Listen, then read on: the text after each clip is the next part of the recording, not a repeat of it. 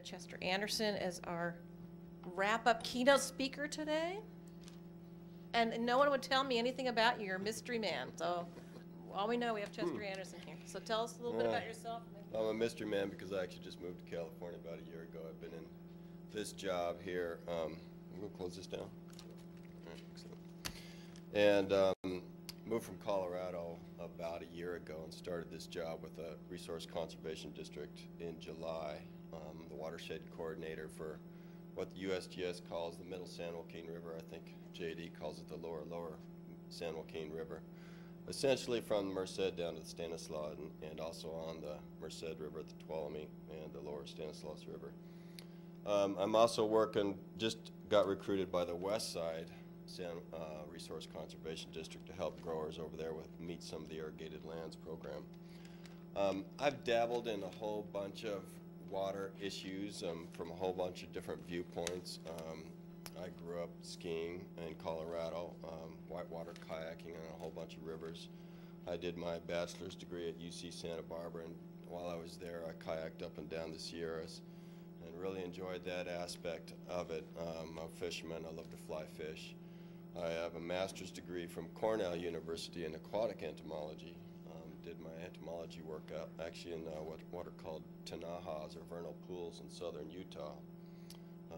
I've been a professional raft guide, and then I ran a water quality business doing bioassessment in southern Colorado for about 15 years. And I left that business and moved here to California. And also my dad ran a small hay farm back in Colorado, and I worked on a ranch, and I run a little educational farm as well, so I've been on that educational side. So I've dabbled in water issues from a whole bunch of different perspectives, and that kind of has given me and allowed me a unique perspective that I think is important when you go to building a coalition or doing the collaborative process. So what is a collaboration? I mean, a collaboration or a coalition is people that come together to work towards a common goal or a common issue. It's not necessarily being buddy-buddy. You don't have to be friends. You don't even have to like each other to do the collaborative process, although that's nice and makes it better to show up and do the collaborative process if those exist, but they aren't necessary to be involved. What is required, and I think it was David that mentioned it, is trust and respect. Those two pieces are critical to it. And how do you get to that trust and how do you get to that respect? That's the process. It's very difficult. Now, as a coordinator and a facilitator, the important thing of that aspect is what I call and what other people call deep listening or deep understanding. You know, right now we have essentially entrenched into these two different sides, which in itself is kind of a falsehood in itself. These issues are not two different sides. They are not black and white, and it's not one versus two sides, or 3, 4, 5. Who knows how many sides are out there, but it says something about our human nature. We like to be button up against people and have people at our elbows, so we kind of migrate to these two different sides. Maybe the third, fourth, fifth sides are the silent people that are sitting off there in the corner and don't really speak up. But it just says something about human nature and going down to how we get entrenched in these positions here and into these two different sides, which are really based on a fear, based on people getting scared. They're scared that they're going to lose their resources that they need to do their farms. Personally, I'm scared. I have my own fears and things like that about, I mean, I love pristine rivers, and I love also farming and having agriculture. And when I'm out there farming, stuff like that, I like to have a steady supply of water to work on. But my fears are really based on bigger things like that. I'm afraid that we're destroying some of the fundamental ecosystems that we need, and that I have two kids, a 15-year-old and a 9-year-old, in order for them to continue to, well, basically the fundamental ecosystem services that we need to continue to live in the culture and the society that we have developed as well, and also to grow food. I think that's important as well. And so, you know, and then larger fears as well as that we are destroying the communication and the collaborative processes that we need in order to keep the peace. So I have my fears and my own scared processes going on here, and I try not to lash out. I try not to speak loudly, or I try not to blame and shame and things like that that are actually destructive to that collaborative process and that we've really easy to do nowadays with the internet. I mean, it's easy to push a button and put your opinion out there to thousands of people right off the bat, and that happens, and that's what has and continues to destroy and kind of keep us from going into this collaborative process here. So as far as a facilitator to begin this collaborative process, or a coordinator or something like that, going back to this deep listening, this deep understanding aspect, it's going up to somebody that's maybe speaking loudly or has a lot of opinions, or anybody else like that, and trying to get beyond what they're saying, their opinions, their judgments, and their shame, and understanding what are the underlying issues here. And to do that process, you know, I want a constant supply of water for my farm. I want to maintain these ecosystem services. I want a healthy and vibrant salmon population in the San Joaquin River. I need this much water to provide this type of service. These are the underlying issues that are really behind all of these fears. But not everybody, in fact, probably few people have the ability to express what those underlying issues are. They have the ability to express their opinions and their judgments, and who's doing what wrong and who's doing what not the right way. But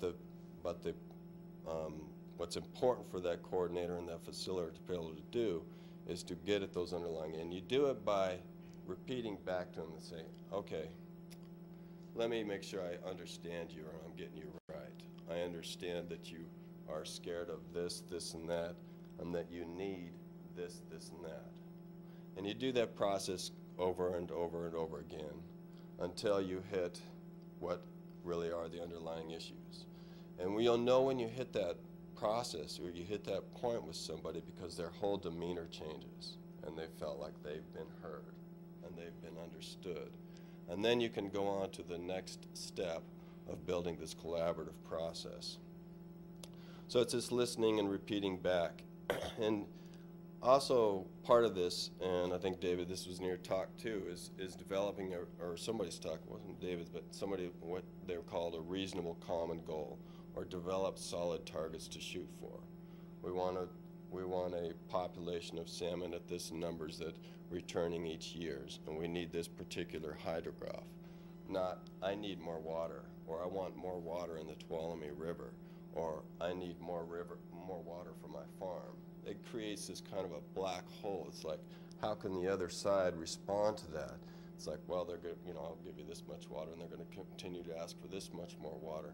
And so it generates this fear of just constant demand out there. So it's very important to establish these reasonable common goals. Part of this whole process of developing this trust and this respect is understanding the history of an area and understanding the traditions. I mean, people don't go out there, you know, they didn't go out 100 years ago and their purpose wasn't to destroy the salmon, not at all. They had a whole different landscape that they were working in, and a whole different set of goals and things like that they're working in, and it's very important to understand the history and the traditions that develop from that history as well. And by understanding that, you can also get to what the underlying issues are, and what the stories that people are talking about, what those underlying stories and what they mean, and things like that, and getting people to listen to each other.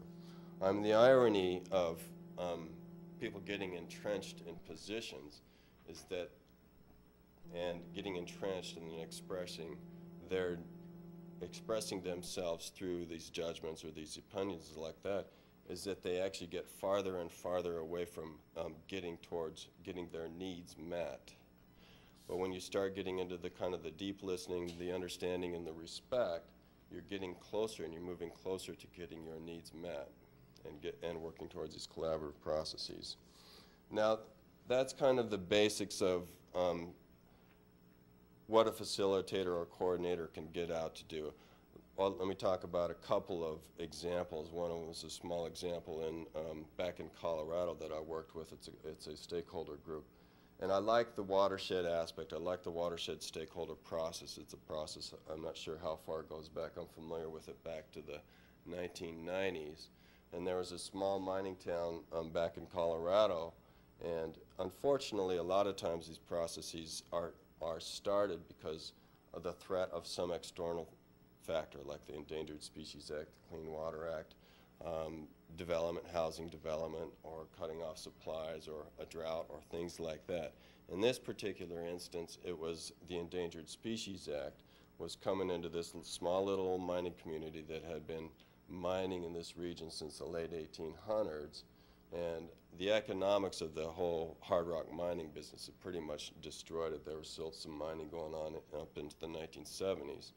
But the blame really was that it was the environmental community and environmental regulations that destroyed the mining industry. Well, there were a lot of tailing pilings leaching into the water systems. There were a lot of mine adits and stuff like that leaching into the water. And the EPA came in, and they'd done some samples on the water, and the EPA came and said, we want to declare this as a Superfund site. Well, the only economic input that they had was tourism into this area, and they knew that, you know, if you declare this area as a Superfund site, there goes the tourism. And so a few things came together. There was a guy there that had came from Berkeley. He had been working on his PhD, I think it must have been in the late 60s or something like that, on botany. And he was about 2 months from getting his PhD, and I think it was the riots from the protests in the Vietnam War that burned down the building where his PhD was sitting. And, you know, back then you didn't have all kinds of backups, and he said, the heck with this, and he moved to Silverton and became a hard rock miner and a big equipment operator, and he just wanted to be out in the mountains and really work in that area, and that was the jobs that were available, and he did his botany and his ecological processes on the side. So when the EPA came in and said this, he was familiar with some of this federal issues and some of this kind of collaborative type of work, and so the local community basically decided, okay, if we can form the stakeholder group and we're successful in moving forward as far as cleaning up all this mine waste and stuff like that, then the EPA will not declare it a Superfund site. So they had this opportunity to do this.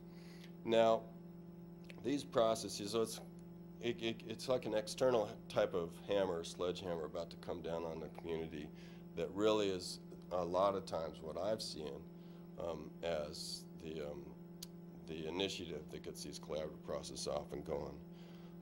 Because of that, there's a certain stage, and it's just like, you know, you go through the anger stage, the denial stage, these groups go through it all, and then the resignation and the acceptance. Now, it's this anger denial stage that lasts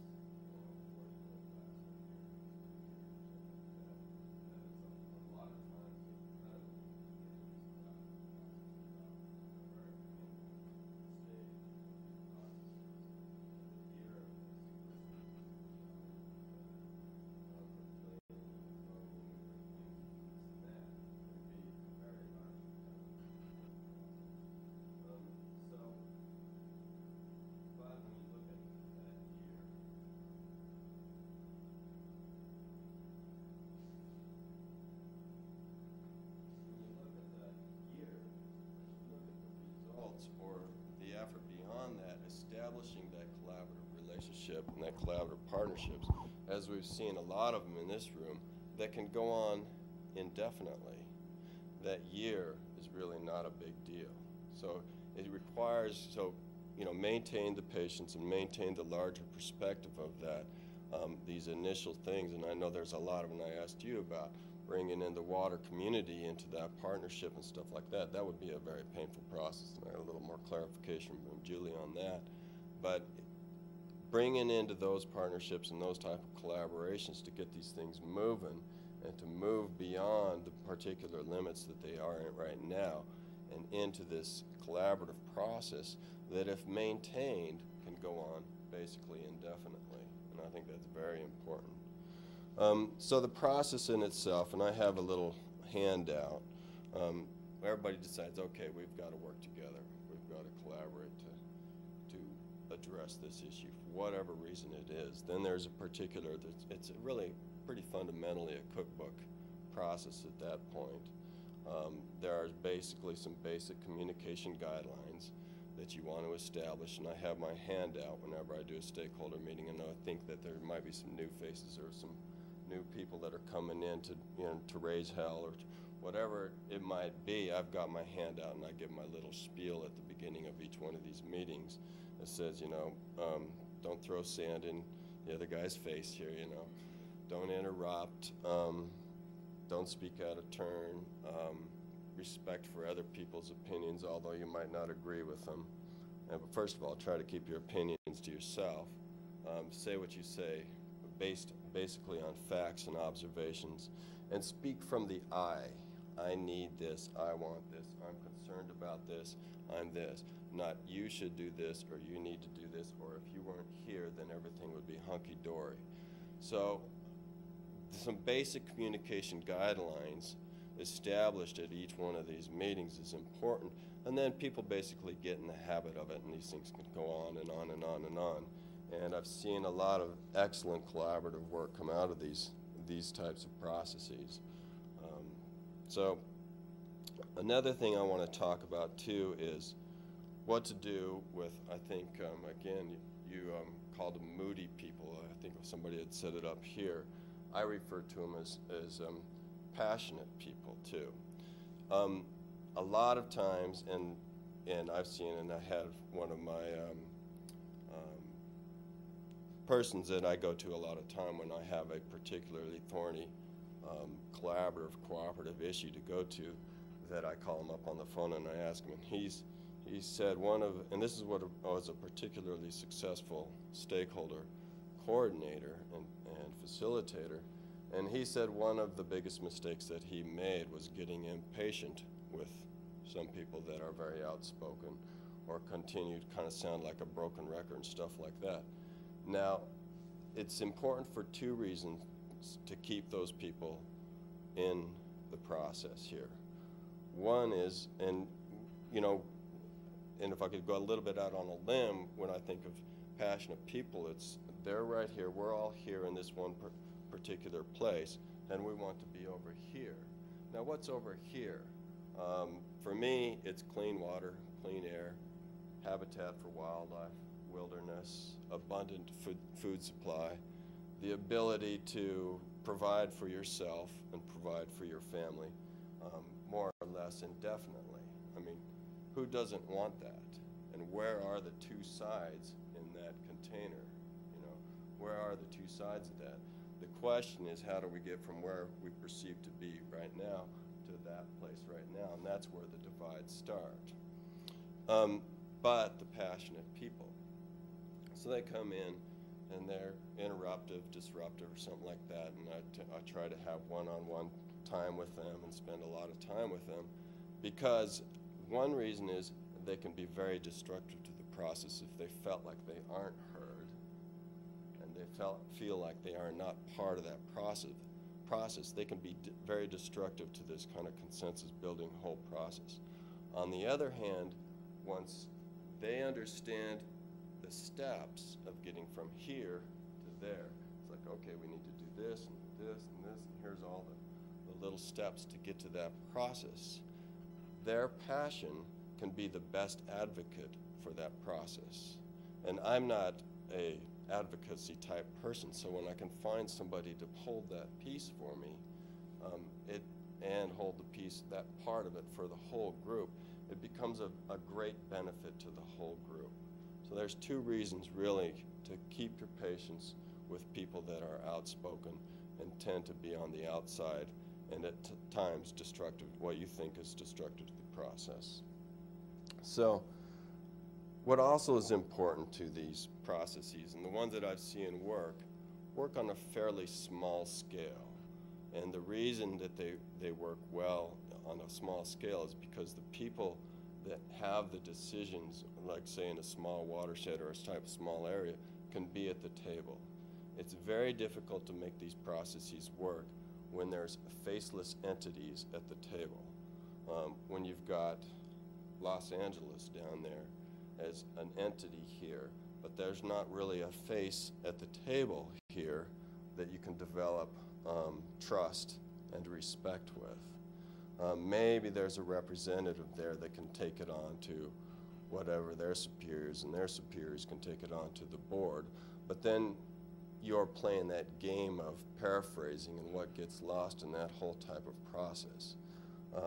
So that's something that I'm not quite sure how to work through, how to work and to incorporate it in what basically my experience of these local type of watershed stakeholder consensus building efforts here. I know it has been done, but that also is another piece that's very difficult to do and needs to be accounted for. So the people with the authority to make the decisions, it really helps if they are in the room and at the table. So let's see, what else do I want to get to? Well, let me just kind of summarize. I mean, I just kind of wrote this conclusion piece here at the end. The process of the collaboration is to develop this trust and respect through this deep listening and this deep understanding of that's based on the history and the traditions of the area that you're working in. Understanding that, how far back it goes and why the stories that are developed and stuff like that. And then establishing the ground rules and the guidelines once people are all together and willing to work together, establishing the guidelines and the communication guidelines and how to do it. And part of that I think is really important, and although I've never established it in a stakeholder group or asked a stakeholder group to do it, is to keep your opinions to yourself, not only in the room or your judgments or stuff like that, but also outside of the room. And especially nowadays when so much of it just gets dispersed through the internet, through the opinion pages, through email or whatever else like that. I think we're going to have to start establishing these communication guidelines. And what we're doing when we're establishing these processes and these guidelines, we're once again establishing tradition here. I mean, hopefully we get to a point where when we communicate with each other, it's just given that we don't pass judgment or we don't pass our opinions and stuff like that, and people are be going, well, that seems like a silly tradition. You know, that's what tradition is, and that's what we want to establish right now. So respect the traditions and the histories that have been established in the past, because they were relevant at one time and are probably still relevant to the people in some way or another that maintain or keep those traditions. That's all I've got to say. Real quick, keep you going. Thank you.